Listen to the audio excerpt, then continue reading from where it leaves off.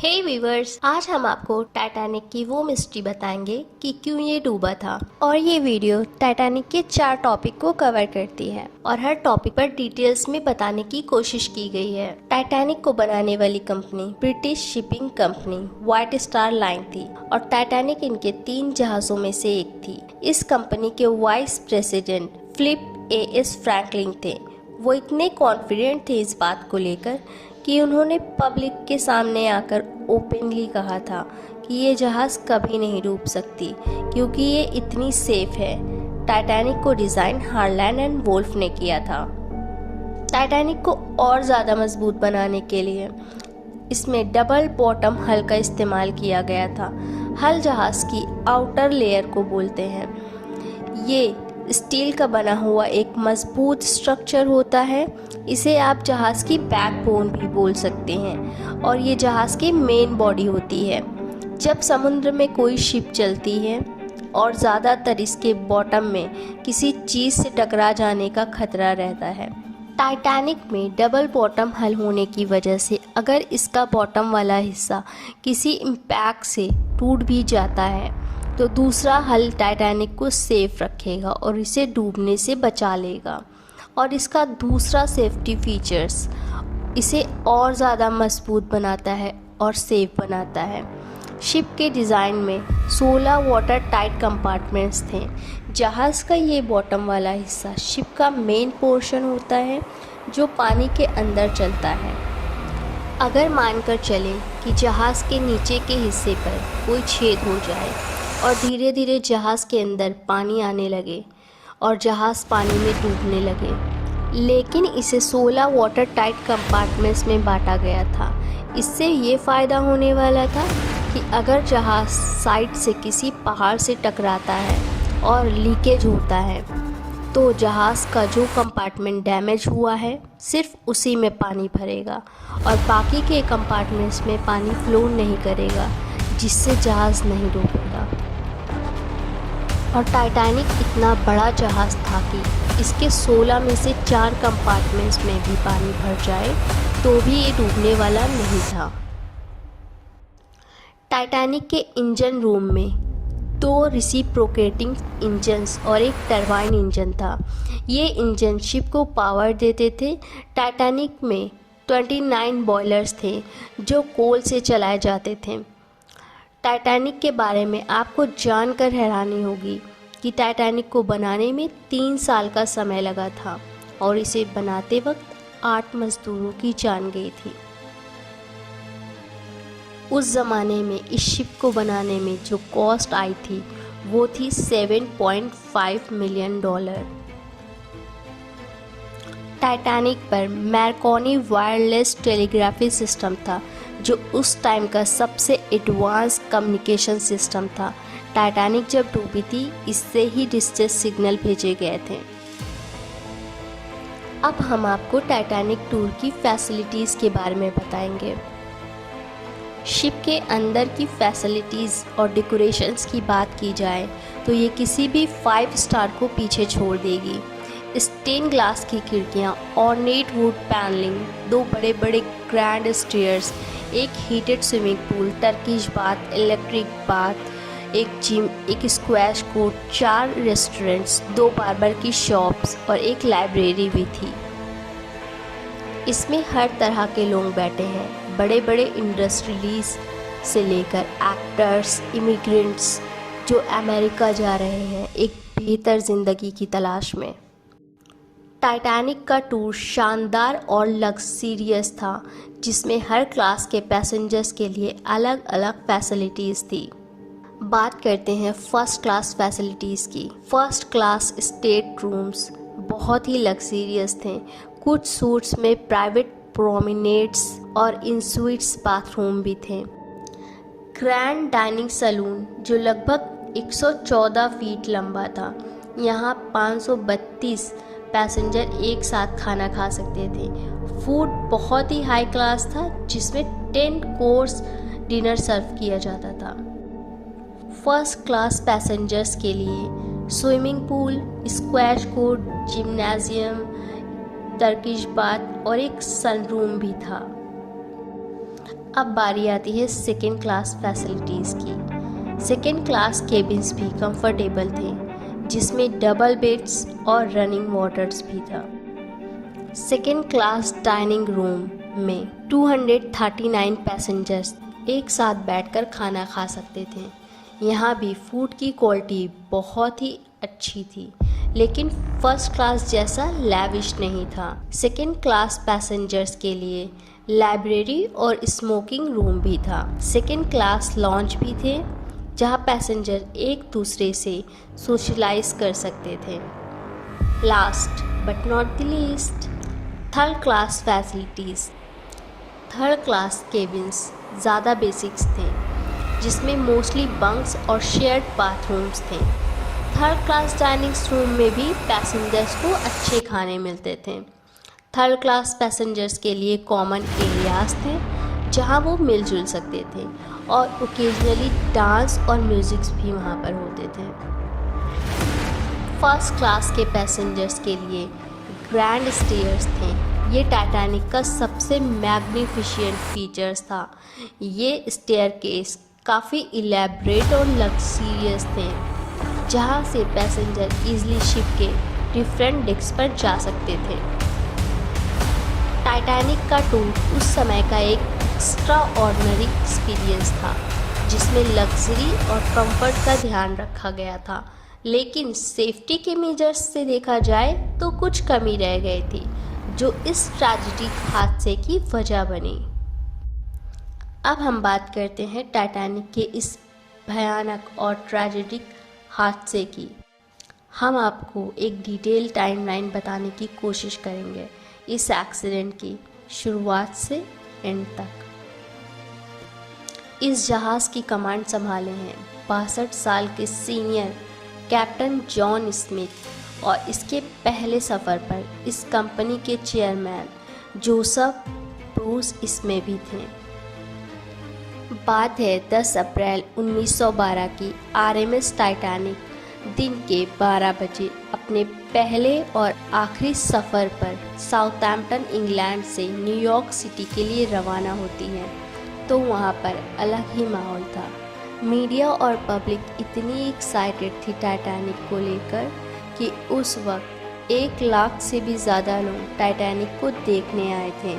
Titanic दुनिया का सबसे बड़ा और सबसे लग्जरियस जहाज़ था अपने ज़माने का, और ये 269 मीटर्स लेंथ में और 53 मीटर से भी ज़्यादा ऊंची थी। ठीक उसके 2 दिन बाद 14 अप्रैल 1912 की सुबह 9 बजे टाइटैनिक को आइसबर्ग वार्निंग्स मिलती हैं कि वहाँ पर आइस मौजूद है, बड़े बड़े बर्फ़ के पहाड़ जो खतरा हैं इस जहाज़ के लिए। और ये वार्निंग्स इतनी अनयूजुअल नहीं थी, लेकिन कैप्टन स्मिथ और क्रू इन्हें सिर्फ नोट करते हैं और अपनी स्पीड कम नहीं करते हैं।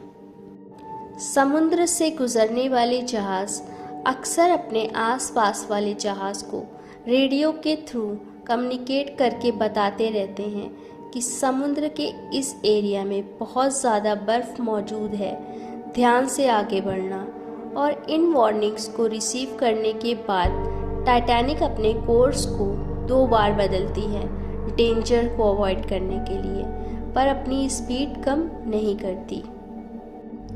कैप्टन स्मिथ अच्छे से जानते थे कि साल के इस महीने में समुद्र में बहुत ज़्यादा आइसबर्ग्स होते हैं, इसलिए वो खतरे को देखते हुए नॉर्दर्न रूट का सीधा रास्ता छोड़कर साउदर्न रूट की इस थोड़े लंबे रास्ते को चुनते हैं।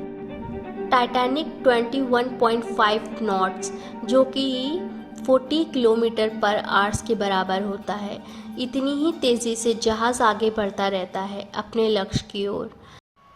दरअसल समुद्र में मौजूद ये छोटे छोटे बर्फ़ के पहाड़ होते हैं, और ये बर्फ़ के पहाड़ ग्लेशियर से टूटकर समुद्र की लहरों के साथ बीच समुद्र में आ जाते हैं।